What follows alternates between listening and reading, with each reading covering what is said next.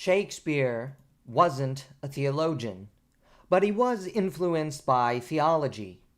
This shouldn't be altogether controversial. A friend of mine, a professor of English literature specializing in Shakespeare, once said to me that Shakespeare's Catholicism is obvious to anyone who is actually educated. But why is the influence of theology over Shakespeare neglected? Simply put, the concern for love, which of course is the essence of Christian theology, has been replaced in literary criticism and study with the concern for power, which strips love from the world and sees love as simply a veil that masks more insidious forces like racism, sexism, and power imbalances that pervade literary works. The task of the modern professor isn't to show you the heart of love in literature, it is to expose the racism, the sexism, and the power imbalances that authors have subconsciously or deliberately inserted into their works. Yet numerous scholars have also attempted to peel back this accretion of politicized interpretations, especially as it relates to Shakespeare, and return us to that literature of love.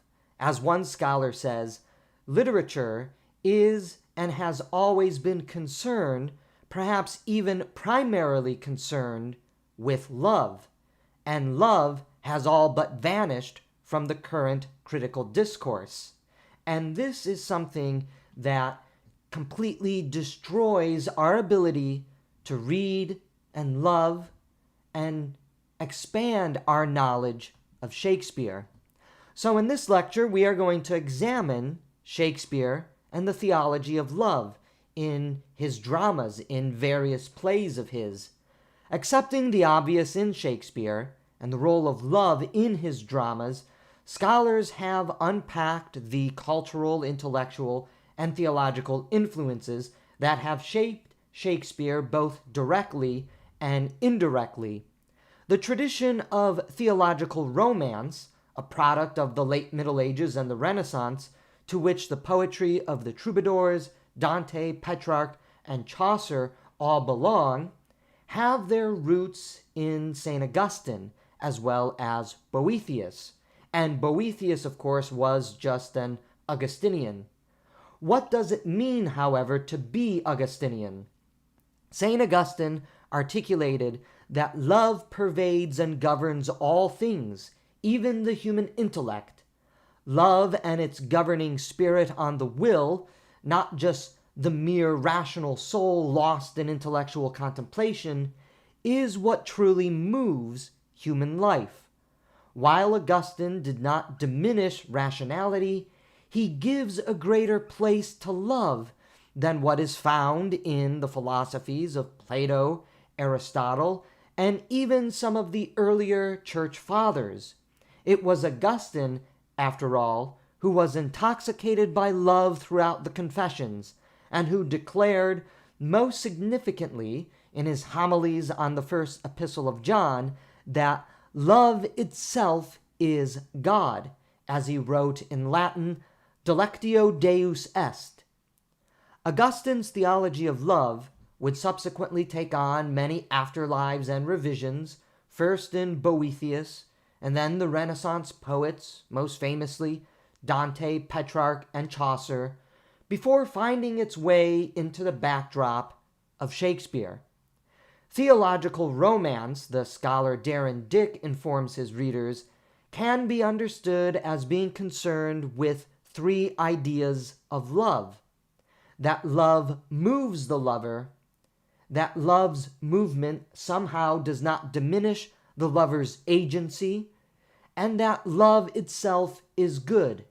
And these ideas derive from the thought of Augustine. What follows from this, as Dick and many other scholars have noted, is a theological cosmos, a penetration and an exploration into the very heart and soul of what it means to be human in Shakespeare's many dramas, especially his romantic dramas. We will focus on Romeo and Juliet, Twelfth Night, and Antony and Cleopatra. And in having provided the context and the intellectual background to these theological romances, we can better understand what Shakespeare is trying to tell us in his plays. Despite tragedy accompanying much of Shakespearean romance, the idea that love is good and thereby sanctifying and redeeming, again an insight from Augustine and revised through history by figures like Boethius, Dante, Petrarch, and Chaucer, we can begin to more fully understand the sentimentalism of the heart that we as readers encounter when journeying with the great bard. For instance, in describing the love of Romeo and Juliet, one scholar notes that Petrarchism provides the vocabulary and syntax conveying one's desire to ascend, but not just the social ladder, the heavenly ladder too, the ladder of love described by Augustine. Because Romeo and Juliet juxtapose an implicitly acknowledged metaphysical reality of love, to which Romeo and Juliet are trying to ascend, though they fail, their love is sanctified by the reality of their loving goodness, that they themselves are good because of their love. As one scholar writes, if Romeo and Juliet is to be considered a work of theological romance, a play in which romantic love is conceived as motion, as mysterious, and as good, then it must, despite the potential for a response, be able to maintain the primacy of the metaphysical in the material, to assert an integrity that transcends the irony.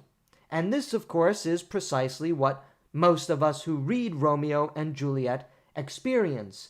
Even though the love of Romeo and Juliet is not ultimately consummated, we cannot but help fall in love with our lovers.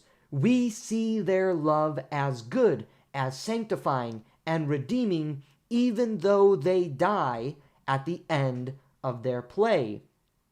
But not all of Shakespeare's plays acknowledge the reality of metaphysical love.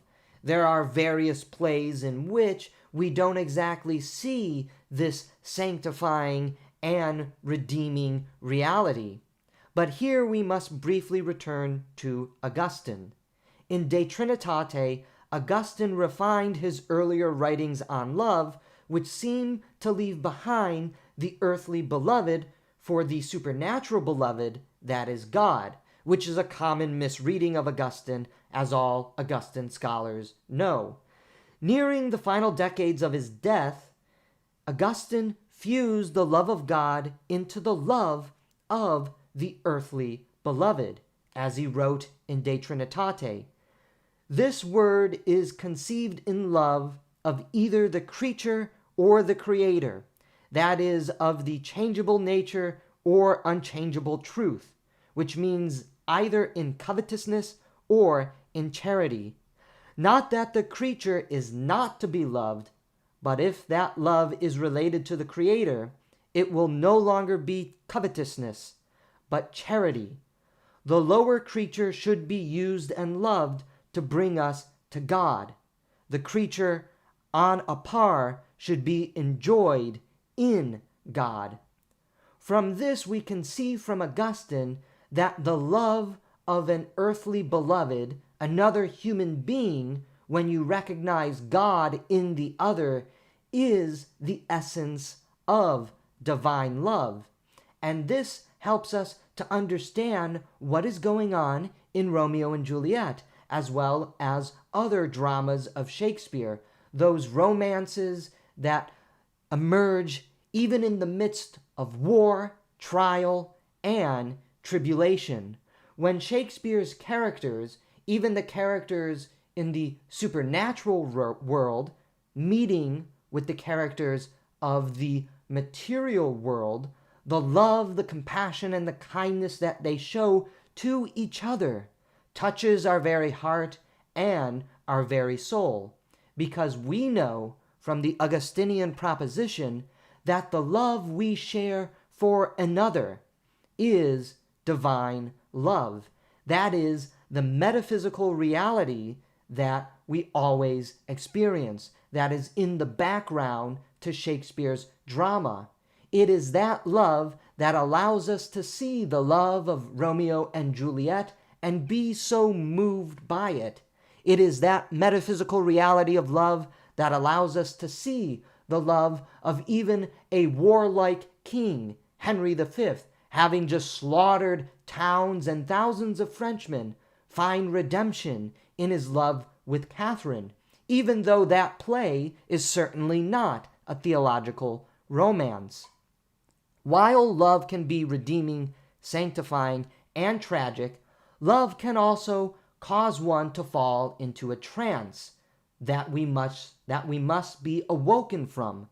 Twelfth Night, as one scholar interprets it, is about the motion of love in the inner realm of the human person rather than the outward action that it causes, those loving actions that we saw in Romeo and Juliet, which causes all the actions of our lovers. Love touches the imagination, something Shakespeare also takes from Augustine, and as such, Twelfth Night explores, quote, the problem of love not with the beloved, with her value or imagined worth, but with the imagination itself, end quote.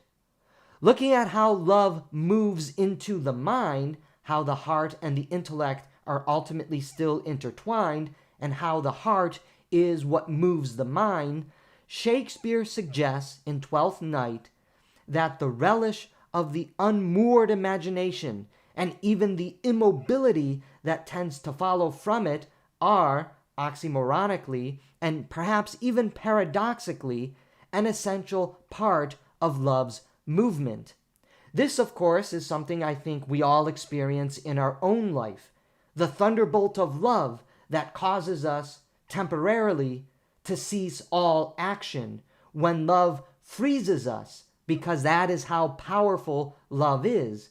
But even though it freezes us in our physical bodies, in the material world, our inner nature, the realm of the heart, the realm of the mind, is bubbling up and moving with great frenzy, because that is the power of love. The movement of love is interior. It conquers the imagination and brings about the, quote, transfiguration of the mind. All of us, again, who have been hit by Cupid's arrow, are probably familiar with being struck into that immobility because of how truly powerful love is, that even though we cannot ourselves act in our material bodies, inside we often say, love is moving me, moving my heart, moving my soul, even if I cannot act upon it. Love's conquering of the imagination and eventual transfiguration of the mind will lead to embodied action in time. This is what we see by the end of the drama, Twelfth Night, especially with Orsino, Olivia, and Viola. Love moves more than the body or the will. Love conquers and moves the mind, the human imagination. Love touches the totality of the human condition, sight, emotions, imagination, and thought, all leading to eventual action when love is manifested in the body. This combination of love in the interior human leading to sanctified action in the exterior world and life procures wonder, the ultimate transfiguration of imaginative love. And I think, again, we who have experienced love recognize this and have experienced this, the same experiences of our lovers in Twelfth Night, the love of wonder, the awe and wonder that comes in being in the presence of the one we love. Lastly, when looking at Antony and Cleopatra, the great historical and tragic romantic play, Many scholars have also asserted that the play is, at its heart, a romance, and not just any romance, a romance building on Twelfth Night and the exploration of love and the imagination. As the scholar Darren Dick has written, Antony and Cleopatra may also be seen as a continuation of Shakespeare's exploration of the imagination's role in love and agency in Twelfth Night. The two plays are linked together. The obvious thread of connection between the plays and the love themes of imagination and agency become apparent once you realize that the love Antony and Cleopatra share for each other is one they imagine about themselves. Their love causes them to stand up peerless compared to others. They put on performative love. Their embodied eroticism is an expression of their imaginations and fantasies about each other and in relation to others. Where Twelfth Night explores love conquering the imagination and leading to action, Antony and Cleopatra explores imagined love that has already erupted on the stage of agency. Antony and Cleopatra are the peerless examples of imaginative lovers brought to action, brought to life on a cold and mechanical stage, represented, of course, by Octavius and the encroaching Roman Empire over the entire world. From their first entrance in their drama to their final exit, this is the reality of the love that Antony and Cleopatra share. One scholar explains this view succinctly. Antony and Cleopatra show an awareness of imagination's potential for moving, loving too. Both characters characterize their beloved and themselves in imaginative terms. Then we often witness their love that they have just fantasized about in the drama, on stage. The love of Antony and Cleopatra we find somewhat sanctifying despite the obvious sensualism they indulge in is because of their fidelity, their faithfulness to each other. "Husband, I come," Cleopatra declares at the end of the play. This faithfulness to each other, yes, a poetic license that Shakespeare conjures up given the actual historical evidence that Antony and Cleopatra were not particularly faithful to each other, but that is beside the point, of course, is, no surprise here, also Augustinian. Part of Augustine's mature vision of marriage is fidelity between lover and beloved, beloved and lover. When writing on love and marriage, Augustine dispenses, he eliminates the Aristotelian teleology of love. Love and marriage is not about bringing children into the world, Augustine asserts. Instead, it is the faithfulness that we have to each other that may very well bring children into the world, Augustine also muses, but the primary reality of love is not a biological reality, according to Augustine. It is a faithfulness to each other, a care, concern, and compassion for the beloved. And as long as one is doing that, then one is truly loving the other. This faithfulness to one another is something Antony and Cleopatra exhibit in Shakespeare's play, All Things Considered. They are only themselves when in each other's loving arms.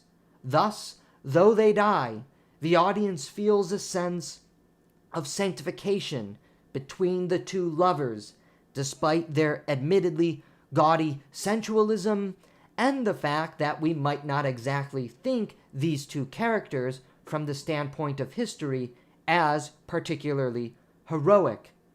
Yet love's sanctifying work through fidelity is completed in Antony and Cleopatra.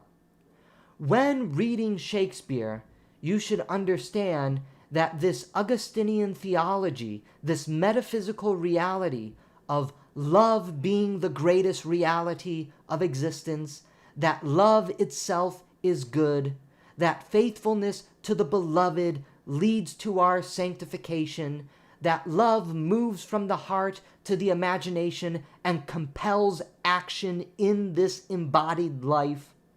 All of that, which is in the dramas of Shakespeare, comes from a theological tradition that Shakespeare inherited and then used artistic license to dramatize in his great and immortal plays. When reading Shakespeare, we truly should be examining what he was trying to tell us about the human heart and the human soul, the human imagination, and the world we live in. It is not a world of power. It is not a world of confrontation. Yes, there is war. Yes, there are powers that be. Yes, there are political machinations that seek to destroy love from our world and from our lives. But in Shakespeare's dramas, he promotes that enduring theology, that love is sanctifying, love is redeeming, and love will save us from the power imbalances, from the politics of conspiracy, from the hatred and anger that also moves and affects human beings. When we just look at the examination of power and sexism and racism and politics and political conspiracy and war, we miss what Shakespeare is trying to give the antidote of. Instead of succumbing to racism, sexism, power imbalances, and political war and machination and conspiracy, we must answer these negative realities with the only positive reality of the world, which touches the human heart, which governs the human soul, and that is love, especially the love of another.